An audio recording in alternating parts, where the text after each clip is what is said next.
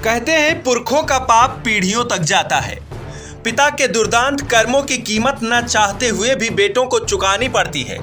इसीलिए यूपी में एक कहावत है, बाढ़े पूत पिता के धर में। कहा तो यह भी गया है कि पुरुष बलि नहीं होत है, समय होत बलवान। एक जमाना था जब यूपी में माफिया अतीक की तूती बोलती थी। उसके आतंक और हनक के आगे अच्छे अच्छे कांपते थे। वो जिस शहर में जाता था वो शहर जाम हो जाता था। लेकिन वही अतीक आज यूपी में आने से थर्रा रहा है।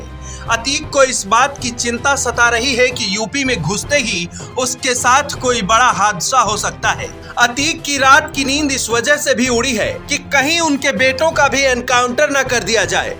दरअसल अदालत ने अतीक के बेटे अली की जमानत याचिका खारिज कर दी है। अदालत ने अली की जमानत याचिका खारिज करते हुए कहा कि उसके तार उमेश पाल हत्याकांड से जुड़ा हुआ है। ऐसे में अगर उसे जमानत मिल जाती है तो औरों के लिए वो खतरा बन सकता है। लोगों की माने तो अतीक अहमद अपने 5 बेटों को अपराध की दुनिया से दूर रखना चाहता था, लेकिन उसके ना चाहते हुए भी उसके बेटे अपराध की राह पर निकल पड़े हैं। एक एक कर उसके बेटे पिता के नक्शे कदम पर चल पड़े हैं और अब कानून के शिकंजे में फंसते जा रहे हैं।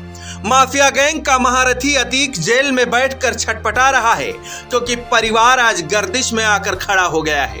परिवार के अधिकतर लोग अब जेल में हैं। माफिया अतीक अहमद, जो किसी जमाने में बच्चों को अच्छी तालीम देकर कामयाब बनाना चाहता था, आज उसके बच्चे अतीक के अतीत की काली दुनिया में दस्तक दे चुके हैं। एक जमाने में पूर्वांचल को उंगलियों पर नचाने वाला अतीक अहमद का हाल यह है कि उसे अब खुद से ज्यादा अपने शहजादों की चिंता सता रही है।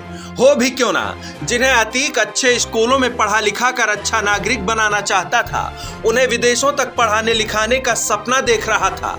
अतीक नहीं चाहता था कि जुर्म और आतंक की जो आग उसने लगाई थी उसकी आंच बच्चों पर भी पड़े। लेकिन कहते हैं ना, हर चीज का हिसाब किताब इसी संसार में होता आया है। किसी जमाने में बम और बारूद की खेती करने वाले अतीक की नई पौध में उसकी अगली पीढ़ी भी आकर खड़ी हो गई है, जो पुश्तैनी पाप की कीमत चुकाएगी। ब्यूरो रिपोर्ट, आज की खबर।